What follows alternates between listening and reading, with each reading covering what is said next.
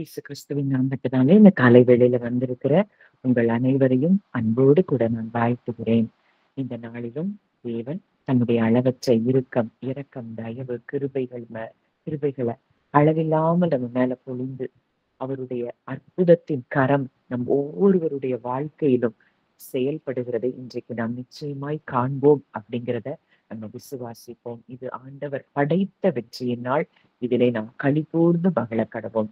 இந்த நாளுக்காக கூட நம்ம தொடர்ந்து அந்த 2 கொரிந்தியர் 13ஆம் அதிகாரம் 14ஆம் வசனத்துல நம்ம அதை பார்த்து கொண்டிருக்கிறோம். கர்த்தராகிய இயேசு கிறிஸ்துவினுடைய கிருபையும் பிதாவாகிய தேவனுடைய அன்பும் பரிசுத்த ஆவியானவருடைய ஐக்கியமும் உங்கள் அனைவரோடும் கூட எப்பொழுதும் இருப்பதாக. அந்த வார்த்தையில இருக்கிற ஆழங்களை நம்ம கற்றுக்கொண்டிருக்கிறோம். நம்ம கிறிஸ்துவினுடைய கிருபையை குறித்து அன்றைக்கு பார்த்தோம். நம்ம சம்பாதிக்க முடியாத ஒரு காரியம், அதை தேவன் இலவசமாய் ஈவாய் நம்ம மேல பொழிகிற அந்த கிருபையை குறித்து நம்ம பார்த்தோம். இன்றைக்கு நாம் பிதாவாகிய தேவனுடைய அன்பை குறித்து நாம் ஆழமாக தியானிக்க போகிறோம். அதுவும் குறிப்பா உன்னத பாட்டு புஸ்தகத்துல இருந்து அவருடைய அன்பை குறித்து நாம் தியானிக்க போகிறோம். அப்போ இன்றைக்கு அந்த உன்னத பாட்டு புஸ்தகம் முழுவதுமே அந்த நேசருடைய அன்பு, அதை குறித்து எழுதப்பட்ட அந்த வார்த்தைகள் நிறைந்த புஸ்தகமா இருக்கிறத நம்ம பார்க்கிறோம். மணவாளனுடைய அன்பு நம்ம மேல எப்படி இருக்கிறது அப்படிங்கிறத நம்ம அறிந்து கொண்டோம் அப்படின்னா, நம்ம வாழ்க்கையில ஒரு நொடி பொழுது கூட கவலைக்கோ பயத்துக்கோ நமக்கு இடமே இல்லை. அந்த அளவு அந்த புஸ்தகத்துல அவருடைய அன்பை குறித்து நாம் தெரிந்து கொள்ள முடியும். அப்போ அங்க உன்னத பாட்டு 2வது அதிகாரம் 4வது வசனத்துல பார்க்கிறோம். என்னை விருந்து சாலைக்குள்ளே அழைத்து கொண்டு போனார், என் மேல் பறந்த அவருடைய கொடி நேசமே. அவர் எங்க கொண்டு போறாரா? விருந்து சாலைக்குள்ளே அழைத்து கொண்டு போகிறார். என் மேல் பறந்த அவருடைய கொடி நேசமே. அப்போ பழைய நாட்கள்ல அங்க அந்த ராஜாக்கள் காலங்கள்ல எல்லாம் ஏதாவது ஒரு யுத்தத்துல ஜெயிச்சுட்டாங்க அப்படின்னா அங்க என்ன செய்வாங்க? ஒரு கொடி அந்த ஜெய கொடியை அங்கே பறக்க விடுவார்களாம். அதே போல மணவாளன் அவர் ஒரு கொடியை நம்ம மேல பறக்க விடுகிறாரா? அந்த கொடி நமக்கு வெட்கத்தை சொல்லுகிற கொடியோ, இல்ல நம்மள புறக்கணித்து தள்ளுகிற கொடியோ அல்ல. அன்பின் கொடியாய் அது இருக்கிறது. அதாவது ஒரு யுத்தத்துக்கு ஜெயித்த பிறகு அந்த யுத்தத்துல ஜெயித்த ஜெயக்கொடியாய் ஒரு கொடியை அந்த நாட்கள்ல நாட்டுகிறது போல, இன்றைக்கு நம் பிதாவாகிய தேவன் நம்ம மேல நாட்டி இருக்கிற ஒரே கொடி என்ன கொடியா? அது அன்பின் கொடியாம். என்மேல் பறந்த அவருடைய கொடி நேசமே. அங்க அன்பை தவிர அங்க பிதா கிட்ட நம்ம எதையும் பார்க்க முடியாது. அந்த இளைய குமாரனை அவன் முழுவதுமாய் தகப்பனுடைய ஆஸ்தியை அவனுக்கு கொடுத்தது எல்லாவற்றையும் அவன் அழித்து வந்திருக்கிறான். அந்த தகப்பன் கஷ்டப்பட்டு சம்பாதித்த எல்லாவற்றையும் அவன் அழிச்சிட்டு வந்திருக்கிறான். தேவையில்லாத காரியங்கள்ல உலகத்துல ஈடுபட்டு தகப்பனுடைய அன்பை புறக்கணித்து தள்ளி அவன் அழித்து கொண்டு வந்திருக்கிறான். ஆனா கூட அந்த தகப்பனுடைய அன்பு, அவன் மேல் பறந்த கொடி அன்பு மாத்திரமா இருந்தபடியினாலதான் அவன் தூரத்துல வரும்போதே என் பிள்ளை எப்ப வருவான்னு சொல்லி ஆவலோடு காத்து கொண்டிருந்த அந்த தகப்பன் தன் பிள்ளையினிடத்துல ஓடி அவனை கட்டி அணைத்து தன்னுடைய அன்பின் முத்தங்களால் அவனை முத்தமிடுகிறத நம்ம பார்க்கிறோம். அதே அன்புதான் இன்றைக்கு நம் தகப்பனுடைய அன்பா இருக்கிறது. ஒருவேளை நீங்க நினைக்கலாம், நான் தூரமா போயிட்டேன், என்னை எப்படி அவர் நேசிக்க முடியும்? நிச்சயமாய் கிடையாது. உங்களைத்தான் அவர் நேசித்து கொண்டே இருக்கிறார். எப்போ நீங்க அவர்கிட்ட வருவீங்கன்னு சொல்லி அவர் ஆவலோடு எதிர்பார்த்து கொண்டிருக்கிற ஒரு நல்ல தகப்பனாய் இருக்கிறார். செப்பனியா 3:17 பார்க்கிறோம். உன் தேவனாகிய கர்த்தர் உன் நடுவில் இருக்கிறார். அவர் வல்லமை உள்ளவர். அவர் ரட்சிப்பார். அவன் உன் பேரில் சந்தோஷமாய் மகிழ்ந்து தம்முடைய அன்பின் நிமித்தம் அமர்ந்திருப்பார். அவர் உன் பேரில் கெம்பீரமாய் களி கூறுவார். அது ஆங்கிலத்துல இப்படி சொல்லப்பட்டிருக்குது. He will exalt over you with loud singing. அவர் நம்ம மேல பாடல்களை பாடுகிறாராம். நம்ம இன்னைக்கு துதிச்சு பாடுறோம்னு சொல்றோம். ஆனா இன்றைக்கு வேதம் நமக்கு கற்றுத் தர்றது என்ன அப்படின்னா, நம் நம் தேவன் நம்மள நேசிச்சு, அவர் நம்மள குறிச்சு என்ன செய்றாராம்? அன்பின் பாடல்களை பாடிக்கொண்டிருக்கிறாராம். அவர் என்ன பாட்டு பாடுறாரு? "என் பிரியமே, என் ரூபவதியே, உன்னில் பழுது ஒன்றுமில்லை. என்கிட்ட வா.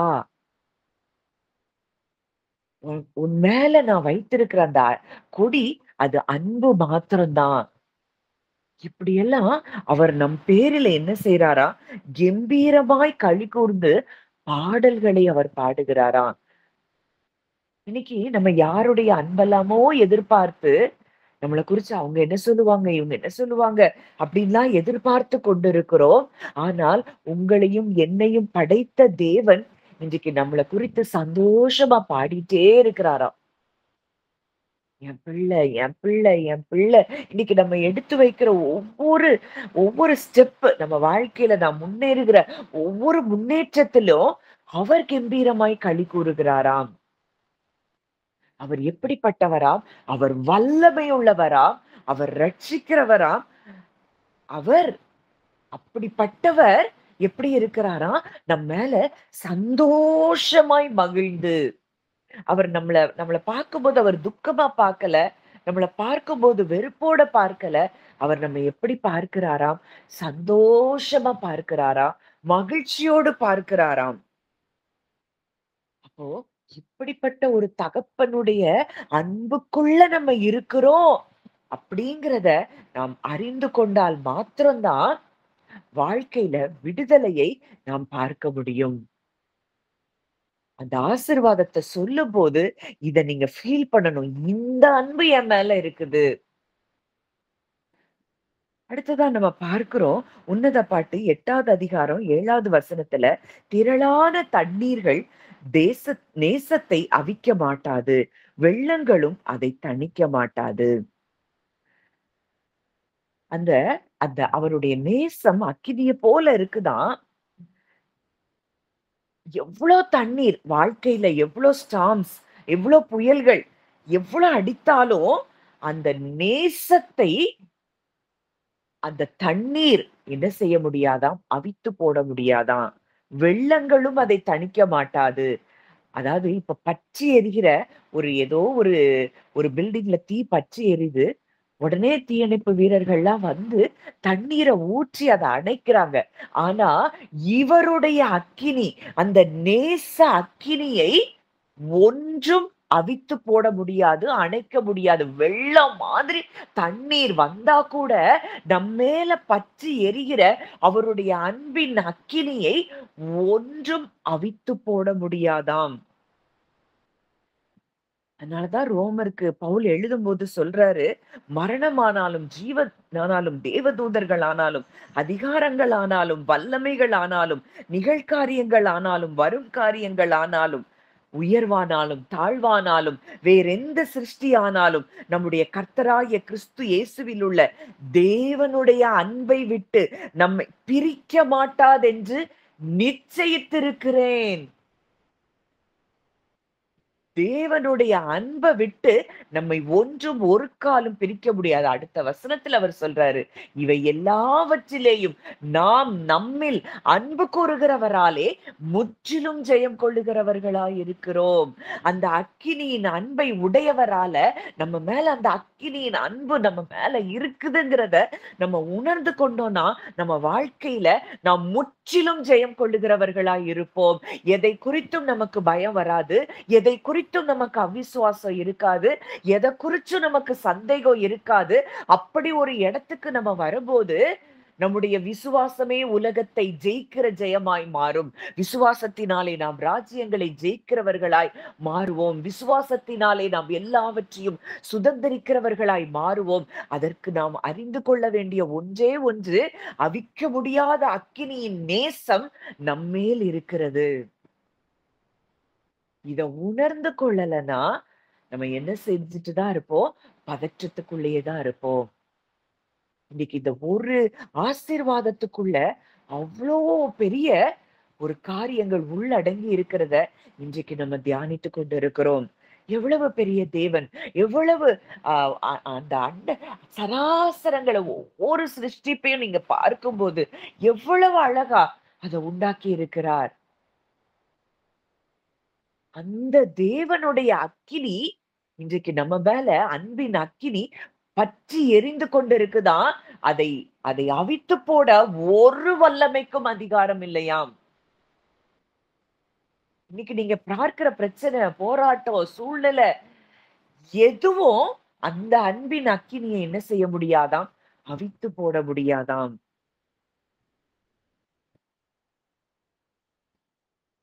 அப்போ இன்றைக்கு இந்த அன்பின் அக்கினிக்கு நம்ம சொல்ல வேண்டிய ஒரு மறு உத்தரவு என்னன்னா, நான் விடாமல் அவரை பற்றிக் கொள்ளுவேன். உன்னத பாட்டு 3:4ல அதுதான் இருக்குதுன்னா, விடாம அவரை என்ன செய்வேன்? பற்றிக் கொள்ளுவேன். ஏன்னா, அவருடைய அன்புக்கு நம்முடைய ரெஸ்பான்ஸா இந்த வார்த்தை நம்மிடத்துல இருந்து வருகிறதா இருக்க வேண்டும். அவர் எவ்வளோ தூரம், அவர் எவ்வளோ ஆழமாய் நம்மை நேசிக்கிறார் அப்படின்னு நம்ம அறிந்து கொள்ளும்போது தான், நம்ம முழு இருதயத்தோடும், முழு ஆத்துமாவோடும், முழு மனதோடும் நாம் அவரை நேசிக்க முடியும். இல்லன்னா, நம்ம என்ன செய்ய முடியாது? ஒரு நாளும் நம்ம இருதயத்தில இருந்து, முழு மனதில இருந்து, முழு ஆத்துமாவோடும் நாம் அவரை நேசிக்க முடியாது. அவருடைய அன்பின் அக்கினி நம்ம மேல ஒவ்வொரு நொடி பொழுதும் பற்றி எரிந்து கொண்டே இருக்குதுன்னா, அந்த அன்பு கைவிடாத அந்த அன்பு. அதனாலதான் அவர் சொல்றாரு, "நான் உன்ன விட்டு விலக மாட்டேன். உன்னை கைவிட மாட்டேன். உன் வாழ்க்கையின் எந்த சூழ்நிலைகளிலும், மகளே, மகனே, நான் உன்னைய கைவிட மாட்டேன். என் அன்பு உன் மேல பற்றி எரிந்து கொண்டிருக்கிறது." இவ்வளவு பெரிய அன்பை நாம் பெற்றிருக்கிறோம் அப்படிங்கிறத நீங்க அறிவுல இல்ல, நீங்க உணர்வுகள்ல உணர ஆரம்பிக்கணும். ஆமா, என்னுடைய செயல்கள பார்த்து அவர் அன்பு செலுத்தல. அவருடைய அன்பு அக்கினியா என் மேல இருக்குது. அதுதான் என் மேல பற்றி என் மேல கொடியா இருக்குது. என் மேல அவர் கொடியை ஒரு ஒரு கொடியை பறக்க விட்டிருக்கிறார். அந்த கொடி அன்புங்கிற கொடி மாத்திரமே. அப்படிங்கிறத நம்ம என்ன செய்யணுமாம்? அறிந்து கொள்ள வேண்டுமாம். அடுத்ததா நம்ம பார்க்கிறோம். உன்னத பாட்டு 1, 2, 3, 4ல அந்த ஸ்திரீ அவ பாடுகிறார். அவர் தமது வாயின் முத்தங்களால் என்னை முத்தமிடுவாராக. உமது நேசம் திராட்சை ரசத்தை பார்க்கிலும் இன்பமானது. நம்ம மேல அவருடைய கொடி பறக்கிற கொடி, அது அன்பின் கொடியா இருக்குதாம். நம்ம மேல பற்றி எரிகிற அன்பாய் அவருடைய அன்பு இருக்கிறபடியினால, நம்ம மேல ஒரு அன்பு பற்றி எரிந்து கொண்டே இருக்குது. அந்த அன்பின் அக்கினிய வெள்ளங்களும் அவிக்க மாட்டாது. திரளான தண்ணீர்களும். அதாவது திரளான தண்ணீர்கள், வெள்ளங்கள்னா, நம் வாழ்க்கையின் சூழ்நிலைகளை குறித்து அது சொல்லுகிறதா இருக்குது. அந்த அக்கினியை அந்த வெள்ளங்களோ, தண்ணீர்களோ அது என்ன செய்ய முடியாதாம்? அது அவித்து போட முடியாதாம். அந்த அன்பை உணர்ந்தவளா இந்த ஸ்திரீ அங்க பாடலை பாடுகிறாள். உமது வாயின் முத்தங்களால் என்னை முத்தமிடுவாராக. உமது நேசம் திராட்சை ரசத்தை பார்க்கிலும் இன்பமானது. அங்க கொடியாய் அன்ப பார்க்கிறோம். அங்க அக்கினியாய் அவருடைய அன்ப பார்க்கிறோம். இங்க திராட்சை ரசத்திலும் இனிமையான அன்பாய் அவருடைய அன்பு இருக்கிறதை அங்க அந்த ஸ்திரீ சொல்லுகிறத பார்க்கிறோம். உமது பரிமள தைலங்கள் இன்பமான வாசமுள்ளவைகள். அவருடைய அன்பு எப்படி இருக்குதா? அந்த பரிமள தைலத்தை போல வாசனை நிறைந்ததா இருக்கிறதாம். அதனாலதான் அந்த பரிமள தைலத்தை போல அவருடைய அன்பு நம்ம மேல அந்த வாசனை வீசிக்கொண்டு இருக்கிறது படியினாலதான் கிறிஸ்துவுக்குள் நம்மை எப்பொழுதும் வெற்றி சிறக்க பண்ணுகிறார். எப்பொழுதும் எல்லா இடங்களிலேயும் நம்மை கொண்டு அவரை அறிகிற அறிவின் வாசனை வெளிப்படுத்தப்படுகிறது. நம்மிடத்திலிருந்து ஜீவ வாசனை புறப்படுகிறது. அவருடைய அந்த வாசனை, அன்பின் வாசனை நம்ம மேல வீசுகிறபடியினால நமக்கு எப்பொழுதும் வெற்றி. நம்மிலிருந்து அந்த பரிமள தைலத்தின் வாசனை மற்றவர்களுக்கு புறப்பட்டு செல்லுகிறது. அந்த ஜீவ வாசனை நம்மிலிருந்து மற்றவர்கள் அந்த ஜீவனை சுதந்தரித்துக் கொள்ளுகிறார்கள். உமது நாமம் ஊற்றுண்ட பரிமள தைலமாய் இருக்கிறது. ஆகையால் கன்னியர்கள் உம்மை நேசிக்கிறார்கள். என்னை இழுத்துக் கொள்ளும். உமக்கு பின்னே ஓடி வருவோம். ராஜா என்னை தமது அறைகளில் அழைத்துக் கொண்டு வந்தார். நாங்கள் உமக்குள் களிகூர்ந்து மகிழுவோம். திராட்சை ரசத்தை பார்க்கிலும் உமது நேசத்தை நினைப்போம். உத்தமர்கள் உம்மை நேசிக்கிறார்கள். இன்னைக்கு எங்களை இன்பமாக்குறது அந்த திராட்சை ரசமா இருந்தா கூட, இன்னைக்கு உலகத்தின் எந்த காரியங்களும் உங்களுக்கு அது மகிழ்ச்சிய சந்தோஷத்தை கொடுத்தா கூட, அது எல்லாவற்றையும் விட சந்தோஷம் அவருடைய அறைகளுக்குள்ள நம்மை அழைத்து கொண்டு வந்து அந்த இன்டிமசில நம்ம உறவாடுகிறது தான் எங்களுக்கு, அதுதான் எங்களுக்கு இன்பம். அதத்தான் நாங்க நினைப்போம் அப்படின்னு சொல்லி இந்த ஸ்திரீ பாடுகிற அந்த பாடலை நாம் பார்க்கிறோம். அப்போ இன்னைக்கு இதத்தான் இயேசு கிறிஸ்து அங்க அந்த மலை பிரசங்கத்துல சொல்றாரு. நீ என்ன செய், அறை வீட்டிற்குள் சென்று கதவை பூட்டி அந்தரங்கத்தில் இருக்கிற உன் பிதாவை நோக்கி ஜெபம் பண்ணு. இது என்ன சொல்லுது? நம் இருதயமாகிய கதவை பூட்டி உலகத்தின் சத்தங்கள் எதுக்கும் செவி கொடுக்காம நீங்க உங்களுக்குள்ளேயே இருக்கிற தேவனோடு கூட உறவாடுகிற ஒரு காரியத்தை இது குறிக்கிறதா இருக்குது. இந்த இடத்துக்கு நீங்க போகும்போது இதுல பிரேயர் ரெக்வெஸ்ட் இருக்காது. இதுல 2 பேரும் நாமும் பிதாவும் அன்பின் வார்த்தைகள் அங்க அவர் நம்மளை எப்படி நேசிக்கிறாருங்கிறத அத அவர் நமக்கு வெளிப்படுத்துவார். அவரை நம்ம எப்படி பார்க்கிறோங்கிறத நம்ம பேசுவோம். இப்படி இந்த அன்பின் ஐக்கியங்களுக்குள்ள இருப்பதுதான் அறை வீட்டின் கதவை பூட்டி ஜெபிக்கிற ஜெபம். இந்த ஜெபத்தை தான் இயேசு கிறிஸ்து விடாமல் அவர் பூமியில இருக்கும் பொழுது அவர் செய்து வந்ததை பார்க்கிறோம். அந்த இன்டிமசி, அந்த லவ், பிதாவோடு கூட தனிமையாய் அவர் செலவழித்த நேரங்கள். இந்த இடத்துக்குள்ள, இந்த அறை வீட்டுக்குள்ள நாம வந்து அவரோடு கூட உறவாடி கொண்டே இருக்கிற இடத்திற்கு நம்ம வந்துட்டோம் அப்படின்னா, வாழ்க்கையின் மற்ற எந்த காரியங்களும் நமக்கு பெரிதாய் தெரியாது. இன்னைக்கு சின்ன சின்ன காரியங்கள் கூட நம்மள அசைக்குது. ஆனா இந்த இடத்துக்கு நம்ம வந்துட்டோம், எப்பவும் அவரு கூட உறவாடுகிற அந்த அன்பின் பரிமாணத்துக்குள்ள, அந்த டைமென்ஷனுக்குள்ள நம்ம வந்துட்டோம்னா நம்மை எதுவும் அசைக்க முடியாது. கர்த்தர் என் வலது பாரிசத்தில் இருக்கிறபடியால் நான் அசைக்கப்படுவதில்லை. ஆதலால் என் முகத்தை கற்பாறையை போல ஆக்கினேன்னு ஒரு இடத்துல அங்க சொல்லப்பட்டிருக்கிறத பார்க்கிறோம். எதுவும் என்னை அசைக்க முடியாது. என்னை நேசிக்கிற ஒரு தகப்பன், என் மேல அக்கினியாய் பற்றி எரிகிற அன்பை உடைய ஒரு தகப்பன் எனக்கு இருக்கிறார். என் மேல அவர் பறக்க விட்டு இருக்கிற ஒரே கொடி, அது அன்பின் கொடி, அது நேசத்தின் கொடி. அந்த அக்கினியை, அந்த அன்பின் அக்கினியை திரளான தண்ணீர்கள் அவித்து போட முடியாது. அவருடைய அன்பின் அந்த இனிமை, அது திராட்சை ரசத்தை பார்க்கிலும் அது இனிமையான அது அன்பு. அந்த அன்பின் வாசனை என் மேல வீசிக்கொண்டே இருக்கிறது. உமது பரிமள தைலங்கள் இன்பமான வாசனை உள்ளவைகள் அப்படின்னு சொல்லி நம்ம என்ன செய்வோம், இந்த உலகத்துல இருக்கிற எல்லா அன்பை விட அந்த அன்பை நாம் மேன்மையாக பார்க்க ஆரம்பிப்போம். அவருடைய அந்த அன்பின் பிரசனம் தான் அங்க சந்தோஷத்தை கொண்டு வருகிறது. அதனாலதான் தாவீது சங்கீதம் 16:11 சொல்றாரு, உமது பிரசனத்துல ஆனந்தமும் உங்களுடைய சமூகத்துல நித்திய பேரின்பமும் உண்டு. நீங்க உலகத்துல என்ன வேணாலும் பாருங்க, அது எல்லாத்தையும் விட அந்த பிரசன்ஸ்குள்ள போற சந்தோஷத்தை எதுவும் கொடுக்க முடியாது.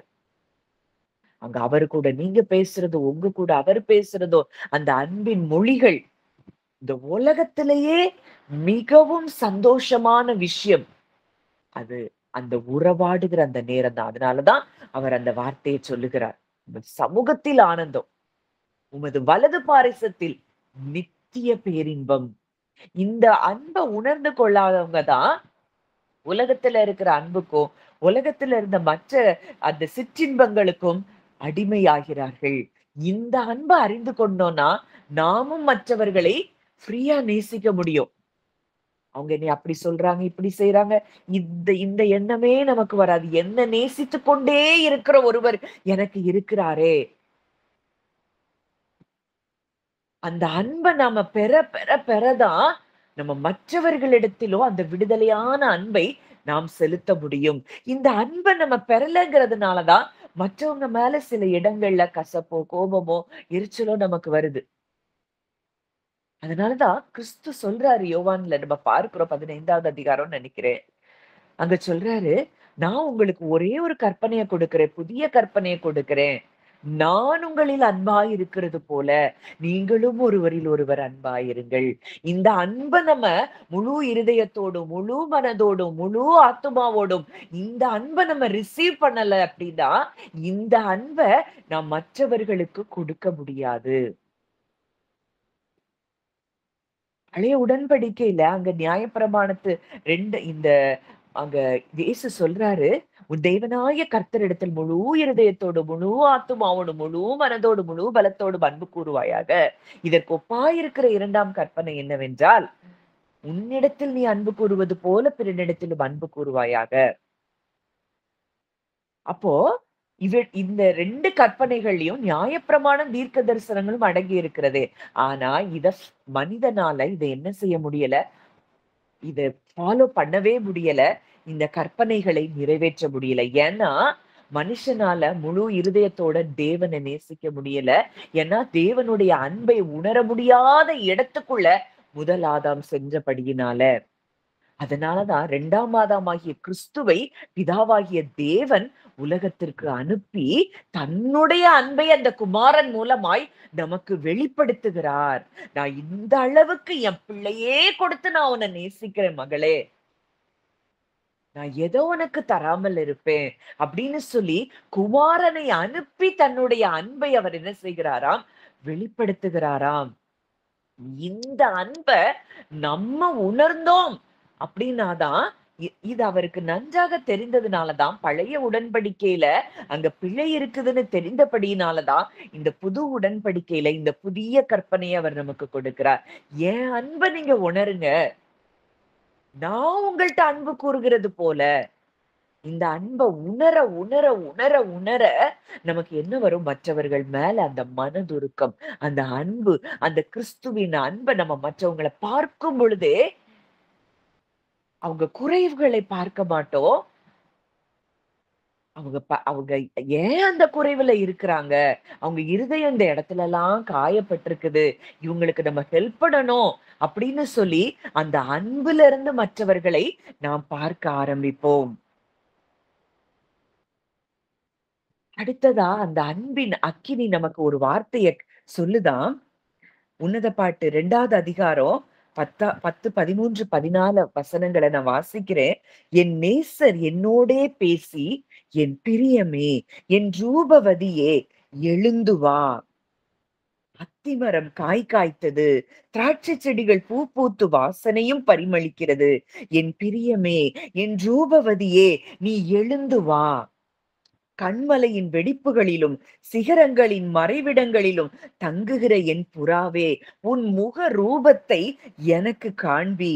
உன் சத்தத்தை நான் கேட்கட்டும். உன் சத்தம் இன்பமும் உன் முக ரூபம் அழகுமாயிருக்கிறது என்றார். என்ன ஒரு அன்பா அவர் நம்மை அழைக்கிறார். He is always inviting us. நம்மள கூப்பிட்டுட்டே இருக்கிறாரு. நீ வா மகளே, நீ வா. நான் உன்னைய பார்க்கட்டும். நான் உன் சத்தத்தை கேட்கட்டும். உன் முக ரூபம் அவ்வளவு அழகா இருக்குது. நான் உன்னைய பார்க்கட்டும். இந்த உலகம் உன்னை பார்த்து சொல்லிட்டே இருக்கலாம். ஆனா அது நீங்க சொல்ற அந்த நேசருடைய சத்தம் இல்ல. அந்த நேசருடைய சத்தம் சொல்லுது, மகளே நீ அழகா இருக்கிற. நான் உன்னைய பார்க்கணும். உன் சத்தத்தை நான் கேட்கணும். இதுதான் தகப்பனுடைய சத்தமா இருக்குது.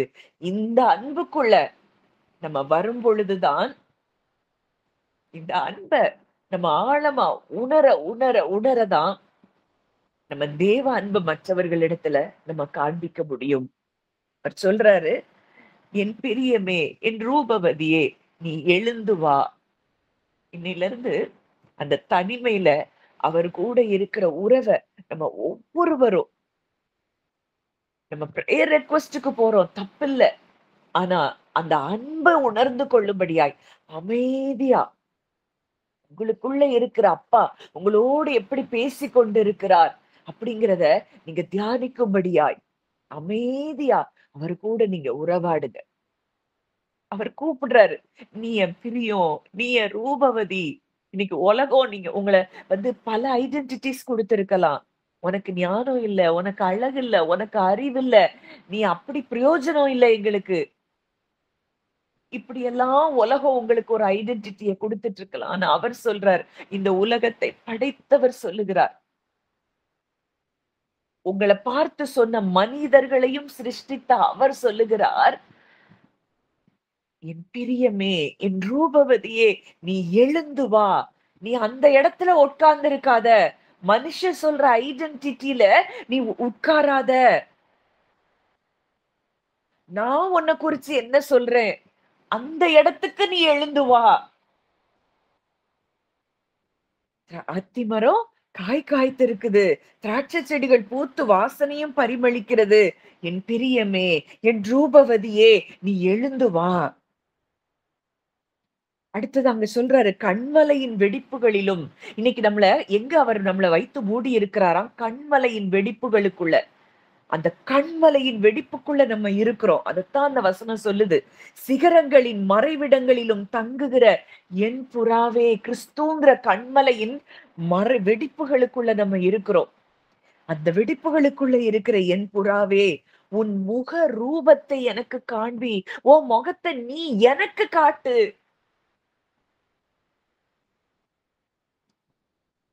உன் சத்தத்தை நான் கேட்கட்டும்.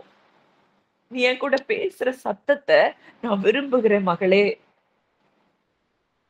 நம்ம அன்றைக்கு பார்த்தோம், நம்ம பிள்ளை நம்மள அம்மா அப்பான்னு சொல்ற சத்தத்தை கேட்கறதுக்கு நமக்கு எவ்வளவு விருப்பம் இருக்கு. இன்னைக்கு குமாரனையே கொடுத்து, குமாரனையே நமக்காக ஒப்பு கொடுத்து, அவரை அவரை அவ்வளோ தூரம் நொறுக்கப்படுதலுக்கு ஒப்பு கொடுத்த அந்த நம்முடைய தகப்பனுடைய அன்பு நம்ம மேல எவ்வளவு பெரிதா இருக்கும்னா, தன்னுடைய நேசகுமாரன் அவர் ஒப்பு கொடுத்திருப்பாரு. அப்ப நம்முடைய சத்தத்தை அவர் கேட்கிறதற்கு அவர் எவ்வளவு பிரியமா இருப்பாரு. அப்பான்னு கூப்பிட சத்தத்தை அவர் ஒவ்வொரு நொடி பொழுதும் அந்த சத்தத்திற்காக ஏங்குகிற ஒரு தகப்பனாய் இருக்கிறார். சொல்றாரு, உன் சத்தத்தை நான் கேட்கட்டும் மகளே, உன் முக ரூபத்தை நான் பார்க்கட்டும். உன் சத்தம் எனக்கு இன்பமா இருக்கு. உலகத்துக்கு எப்படி வேணாலும் இருக்கட்டும், ஆனா எனக்கு உன் சத்தம் தான் இன்பம். உன் முக ரூபம் தான் எனக்கு அழகு. இப்படி ஒரு தகப்பன் நமக்கு இருக்கும்போது, இந்த அன்புக்குள்ள நம்ம வரும்போது வாழ்க்கையில எதை குறித்தும் நீங்க பதற்றப்பட வேண்டியதில்ல, பயப்பட வேண்டியதில்ல. உங்க மேல அவருடைய கொடி, அவர் நம்ம மேல பறந்த அவருடைய கொடி, அது அன்பு. அன்பு மாத்திரம்தான். அந்த அன்பின் அக்கினி தழல் நம்ம மேல, அவருடைய அன்பின் அக்கினி தழல் எரிந்து கொண்டே இருக்குது, ஜுவாலித்து கொண்டே இருக்கிறது. அந்த அன்பு நம்மை அழைத்து கொண்டே இருக்குது. உங்களுக்குள்ள இருந்த அந்த சத்தம் கூப்பிட்டுட்டே இருக்குது, மகளே நீ வா, அறை கதவை பூட்டு, என் கூட உறவாடு. இன்னைக்கு உலகத்தின் அன்பை தேடி மணிக்கணக்கா யார்கிட்டலாமோ நம்ம பேசுறோம். ஆனா அங்கிருந்து அந்த பூரணமான அன்பு நமக்கு கிடைக்கல. எவ்வளவோ எதிர்பார்க்கிறோம். ஆனா இந்த அன்பை உணர்ந்தீங்க அப்படின்னா, அந்த அந்த எதிர்பார்ப்புகள்ல நமக்கு என்ன வரும்? மாற்றம் வரும். இந்த அன்ப நீங்க பெற்றுக்கொண்டு, இந்த அன்ப நீங்க மற்றவர்களிடத்துல செலுத்தும்போது, மற்றவர்களிடத்துல அந்த அன்பையும் நீங்கள் பெறுவது அது லேசான காரியம். அங்க உன்னத பாட்டு 4:7ல அவர் சொல்றாரு, "என் பிரியமே, என் ரூபவதியே, உன்னில் பழுது ஒன்றுமில்லை." உன்கிட்ட நான் பழுதே பார்க்கல. உன்கிட்ட நான் எந்த தப்பையும் நான் பார்க்கல. நான் குற்றமே கண்டுபிடிக்கல. ஒண்ணே ஒண்ணு, நீ எனக்கு பிரியம். நீ எனக்கு ரூபவதி. உன் சத்தம் எனக்கு பிரியம். உன் முகம் அழகு எனக்கு பிரியம்.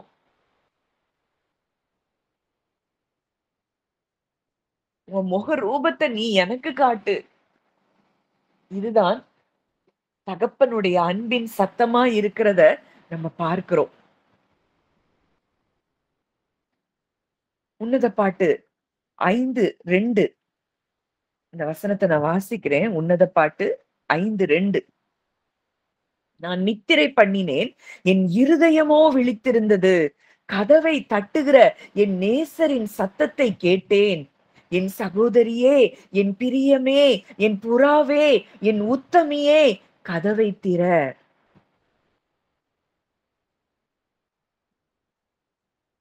அப்போ அவர் நம்ம இருதய கதவை என்ன செஞ்சுட்டு இருக்கிறாராம்? தட்டிட்டே இருக்கிறாரு. மென்மையாய் அவர் தட்டிக்கொண்டே இருக்கிறார். கதவை தட்டுகிற என் நேசரின் சத்தத்தை கேட்டேன். நான் தூங்கிட்டு தான் இருக்கிறேன். நான் ஒரு அன்கான்ஷியஸ் ஸ்டேஜ்ல அவர் என்ன தட்டுற சத்தம் கூட அந்த கேட்க முடியாத இடத்துல இருந்தா கூட, ஒரு இடத்துல நான் அவர் என் இருதய கதவை தட்டுகிற சத்தத்தை நான் கேட்டேன். என் சகோதரியே, என் பிரியமே, என் புறாவே, என் உத்தமியே, இதுதான் பிதாவாகிய தேவனுடைய சத்தமா இருக்குது. என் உத்தமி, நீ என் பிரியம், என் புறா. அவர் அப்படியெல்லாம் நம்மை கொஞ்சுகிறாராம். நீ கதவ திற.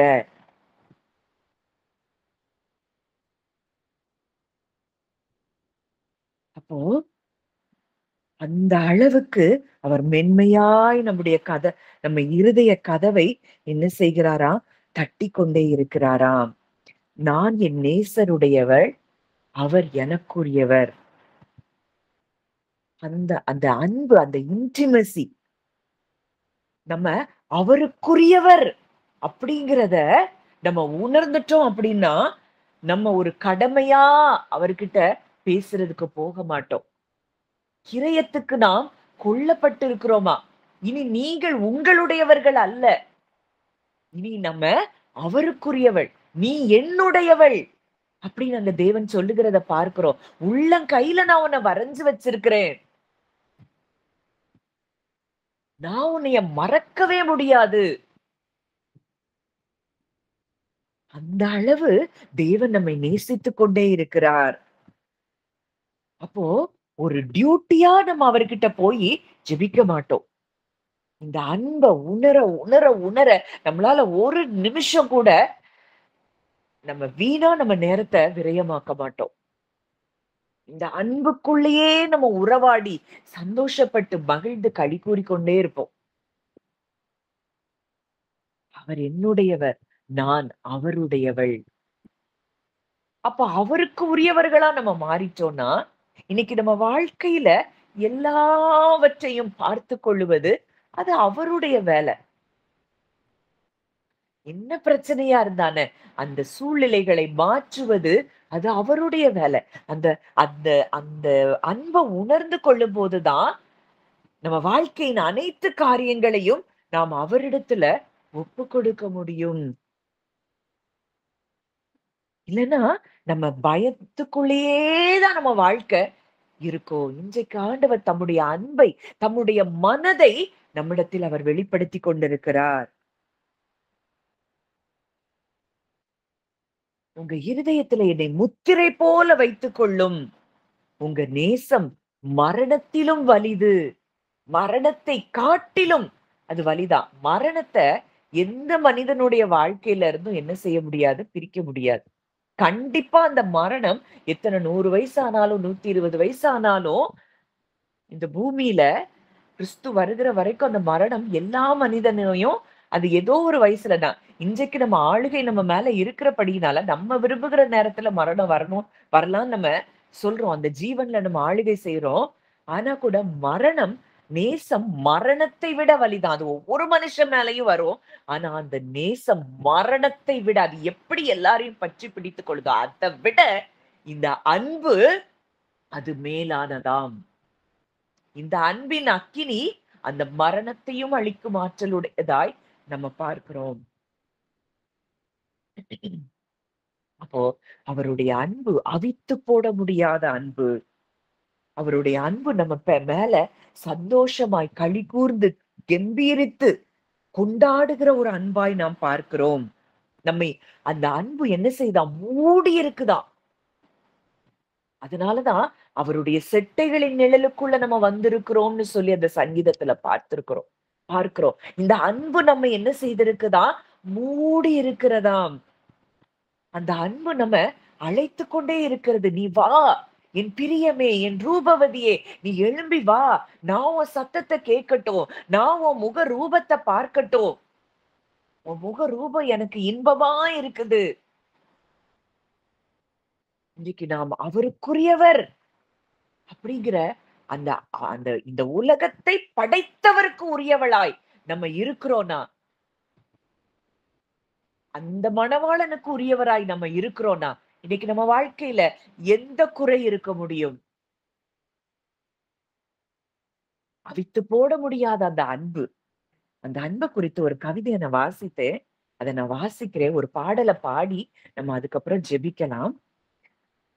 என் அன்பின் குழந்தையே, ஆதி முதல் நான் என் இருதயத்தை உன்மேல் வைத்திருக்கிறேன். உன் மேல நான் வச்சிருக்கிற அன்பு அது திராட்சை ரசத்தை விடவும் இனிமையானது. உன் வாழ்க்கையில நான் ஊற்றி இருக்கிற என்னுடைய நாமம் ஒருபோதும் மறையாத நறுமணம் கமழும் தைலம் போல இருக்கிறது. இன்னைக்கு அவருடைய நாமத்தை நம்ம மேல ஊற்றி இருக்கிறாரா, அந்த நாமம் நம்ம மேல வீசிட்டே இருக்குதா.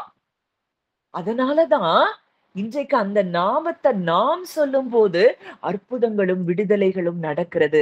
இந்த நாமம், அவருடைய நாமம் ஊற்றுண்ட பரிமள தைலமாய், நறுமணம் கமழும் தைலமாய் நம்ம மேல ஊற்றப்பட்டு படுகிறதை நீங்க பார்க்க வேண்டும். இந்த தைலம் நம்ம போற இடத்துல எல்லாம் இந்த வாசனையை வீசுது. இந்த வாசனையை நுகர்ந்து பார்க்கிற மக்கள் ஜீவ வாசனையை முகர்ந்து பார்க்கிறதுனால அவர்களுக்குள்ள அந்த ஜீவன் கடந்து வருகிறது. உன்னை அந்நியனாக அல்ல, என்னுடையவளாக என் விருந்து சாலைக்கு கொண்டு வந்திருக்கிறேன். உன்மேல் பறக்கிற என்னுடைய கொடி அது நேசம் மாத்திரமே. உலகம் உன்னை வெட்கத்தால மூட முயலும் போது நான் உன்னை அன்பினால் மூடுகிறேன் என்பதை நீ அறிந்து கொள். நான் உன்னை அழைக்கிறேன், உன்னை கூப்பிடுறேன். என் பிரியமே, நீ எழுந்து வா, நீ ஏன் கூட வா.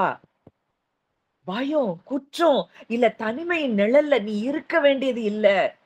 நான் உன்னைய ஏன் வெளிச்சத்துக்குள்ள, ஏன் மகிழ்ச்சிக்குள்ள, ஏன் ஜீவனுக்குள்ள நான் உன்னைய இழுக்கிறேன். நீ எழுந்து வா.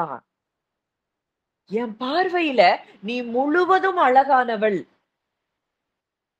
உன்கிட்ட எந்த குறையையும் நான் பார்க்கல.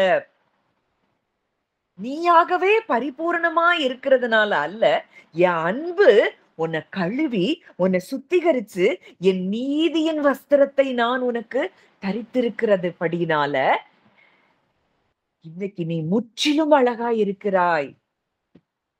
உன்கிட்ட ஒரு குறைவும் இல்ல.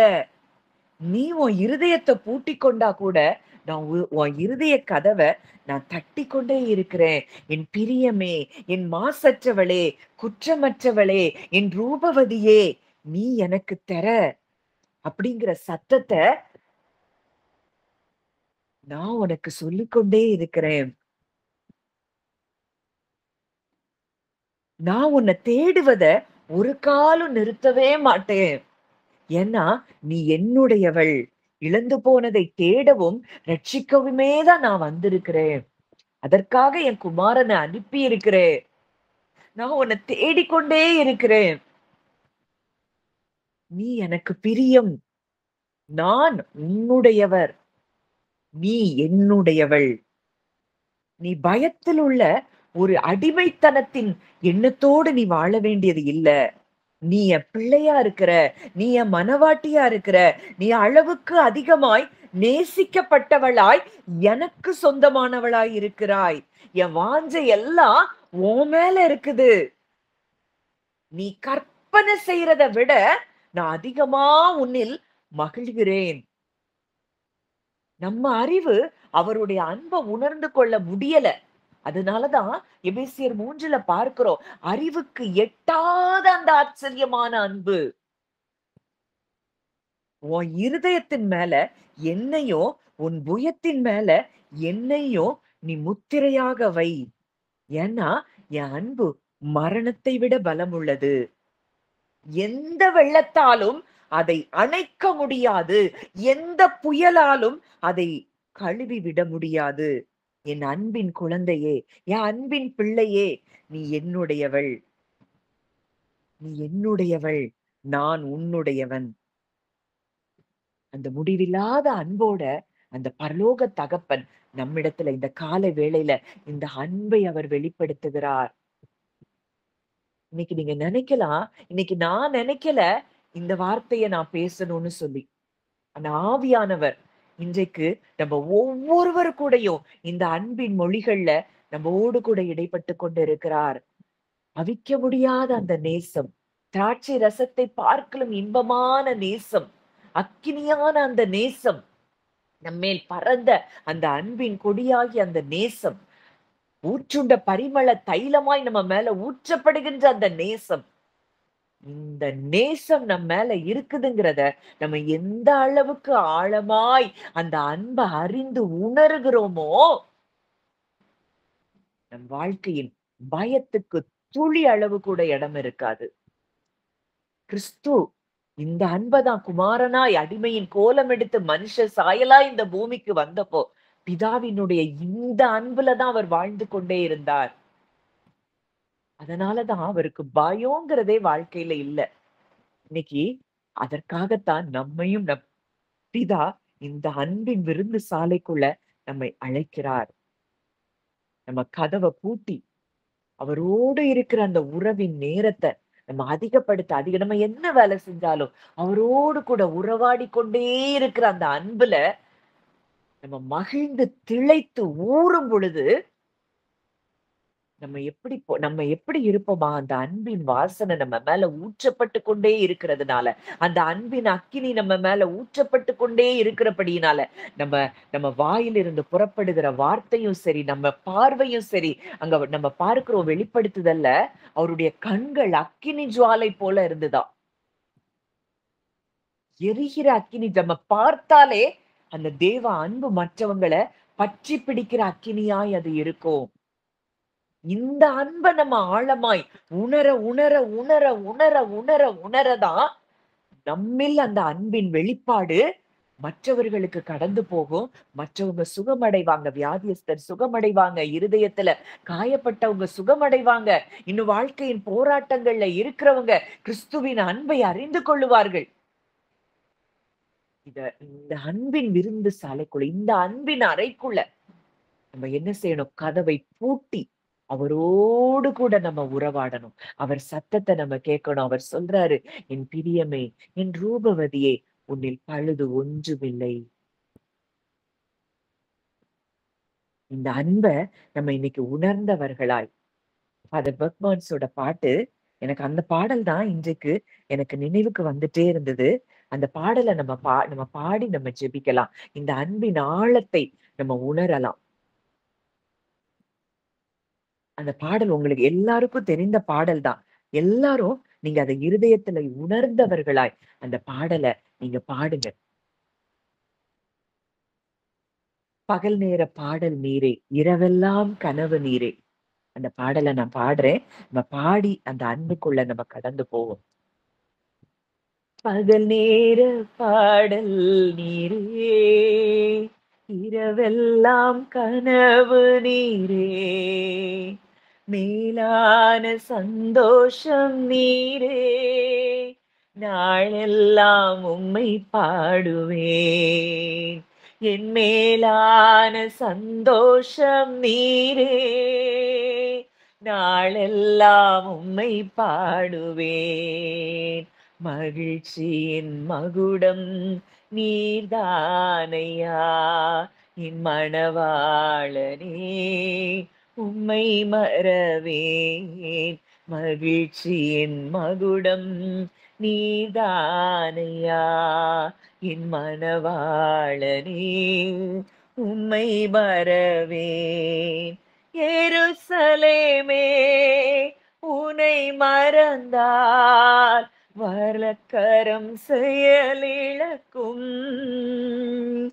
எருசலேமே, உனை மறந்தால் வலக்கரம் செயலிழக்கும். மகிழ்ச்சியின் மகுடமாய் கருதாவிடில் நாவு ஒட்டிக்கொள்ளும். மகிழ்ச்சியின் மகுடமாய் கருதாவிடில் நாவு ஒட்டிக்கொள்ளும். மகிழ்ச்சியின் மகுடம் நீர்தானையா, என் மணவாளனே, உம்மை மறவேன். மகிழ்ச்சியின் மகுடம் நீர்தானையா, என் மணவாளனே, உம்மை மறவேன். கவலைகள் பெருகி கலங்கும் போது மகிழ்வித்தீர் உம் அன்பினால். கவலைகள் பெருகி கலங்கும் போது மகிழ்வித்தீர் உம் அன்பினால். கால்கள் சறுக்கி தடுமாறும் போது தாங்கி நீர் கிருபையினால். என் கால்கள் சறுக்கி தடுமாறும் போது தாங்கி நீர் கிருபையினால். மகிழ்ச்சியின் மகுடம் நீர்தானையா, என் மணவாளனே, உம்மை மறவேன். மகிழ்ச்சியின் மகுடம் நீர்தானையா, என் மணவாளனே, உம்மை மறவேன். தாய்மடி தாவளும் குழந்தை போல மகிழ்ச்சியாயிருக்கின்றேன். தாய்மடி தாவளும் குழந்தை போல மகிழ்ச்சியாய் இருக்கின்றேன். இப்போதும் எப்போதும் நம்பியுள்ளேன், உம்மையே நம்பியுள்ளேன். இப்போதும் எப்போதும் நம்பியுள்ளேன், உம்மையே நம்பியுள்ளேன். மகிழ்ச்சியின் மகுடம் நீதானையா, என் மணவாளனே, உம்மை மறவேன். மகிழ்ச்சியின் மகுடம் நீதானையா, என் மணவாளனே, உம்மை மறவேன். பகல் நேர பாடல் நீரே, இரவெல்லாம் கனவு நீரே. மேலான சந்தோஷம் நீரே, நாளெல்லாம் உம்மை பாடுவேன். என் மேலான சந்தோஷம் நீரே, நாளெல்லாம் உம்மை பாடுவேன். மகிழ்ச்சியின் மகுடம் நீதானையா, என் மணவாளனே, உம்மை மறவேன். மகிழ்ச்சியின் மகுடம் நீர்தானையா, என் மணவாளனே, உம்மை மறவேன். நல்ல தகப்பனே, நன்றியோடு உம்மை துதிக்கிறோம், ஸ்தோத்தரிக்கிறோம் அப்பா. இந்த காலை வேளையிலும் ஆண்டவரே, ஒரு சிறு கூட்டமாய் நாங்க எல்லாரும் அந்த அன்பின் அறைக்குள்ள நாங்க வந்திருக்கிறோம் அப்பா. உங்க சத்தம் எங்க காதுகள்ல அது தொனித்துக் கொண்டே இருக்கிறதுப்பா. என் பிரியமே, என் ரூபவதியே, நீ எழுந்து வா. ரீபால ஹாஷெல பிரேக்கெதி அலூஷரபா. லேக்கல் மெஷ்ல பிரஹீத லூஷரூர பூதலாரி பலீக்கொரு ஹதூக்கலபா. எங்கள்ட்ட எந்த தகுதியும் இல்லப்பா. ஆனா உங்க அன்பு எங்க மேல இருக்கிறத இந்த காலை வேளையில நாங்க அதிகமாய் உணர எங்களுக்கு நீங்க கிருபை தர்றீங்கப்பா. அதுக்காக நன்றி செலுத்துகிறோம் தகப்பனே. அந்த அவித்து போட முடியாத அந்த அக்கினியின் அன்பு எங்க மேல அது பற்றி எரிந்து கொண்டிருக்கிறத நாங்க பார்க்கிறோம்.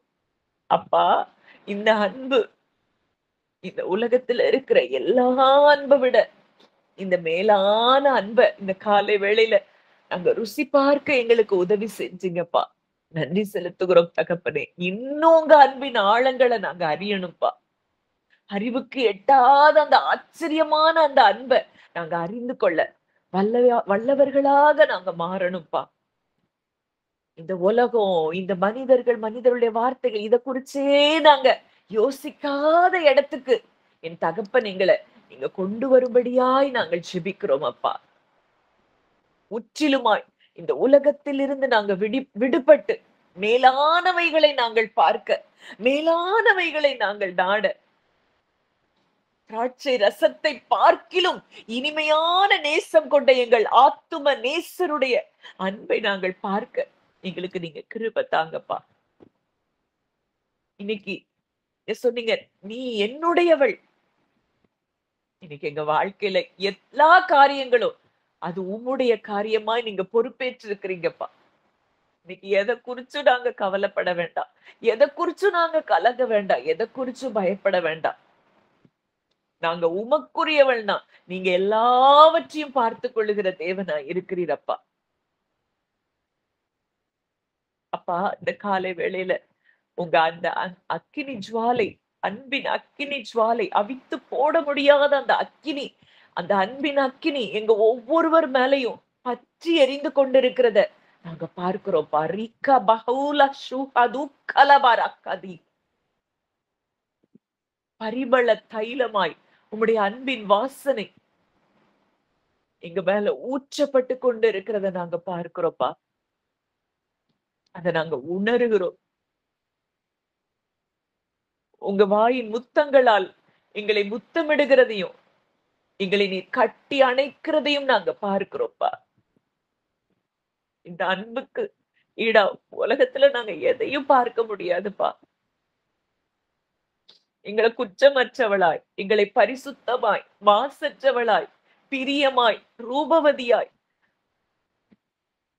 எங்களை நீங்க பார்க்கிற அந்த அன்பை போல நாங்க எங்கேயும் பார்க்க முடியாது. அந்த அன்பை இன்னைக்கு நாங்க ருசி பார்க்க எங்களுக்கு நீங்க உதவி செய்ததற்காக ஏதோ கொஞ்சம் நாங்க பார்த்திருக்கிறோம், அவ்வளவுதான். உங்க அன்பு அது எல்லையில்லாத அன்பு.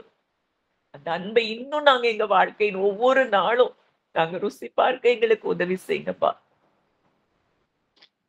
இந்த காலை வேளையில வந்திருக்கிற ஒவ்வொருவருக்காகவும் நான் ஜெபிக்கிறேன் தகப்பனே. எல்லாரும் அந்த அன்பின் ஆழங்களுக்குள்ள கடந்து போக நீர் உதவி செய்வீராக. ஒவ்வொருவரும் உங்க சத்தத்தை கேட்கட்டும். நீங்க மென்மையாய் ஒவ்வொருவரையும் முத்தமிடுகிறதையும், உங்க அன்பின் அரவணைப்புக்குள்ள இருக்கிறதையும் ஒவ்வொருவரும் உணரட்டும் அப்பா. நீங்க உதவி செய்யுங்கப்பா. கிறிஸ்துவின் அன்பு என்னை நெருக்கி ஏவுகிறது என்று சொன்னது போல எங்களை உங்க அன்பு, அந்த தேவ அன்பு எங்களை நெருக்கி ஏவி நாங்க உமக்கு ஊழியம் செய்யணும்ப்பா. ஏதோ பேருக்கு புகழுக்கு இப்படியெல்லாம் இல்லப்பா. இந்த அன்புல நிறைஞ்சு நாங்க செய்யற ஊழியம் தான் அது உண்மையான ஊழியம். அப்படிப்பட்ட ஊழியத்துக்கு வந்திருக்கிற ஒவ்வொருவரும் செய்யும்படியா நான் ஜெபிக்கிறேன் அப்பா.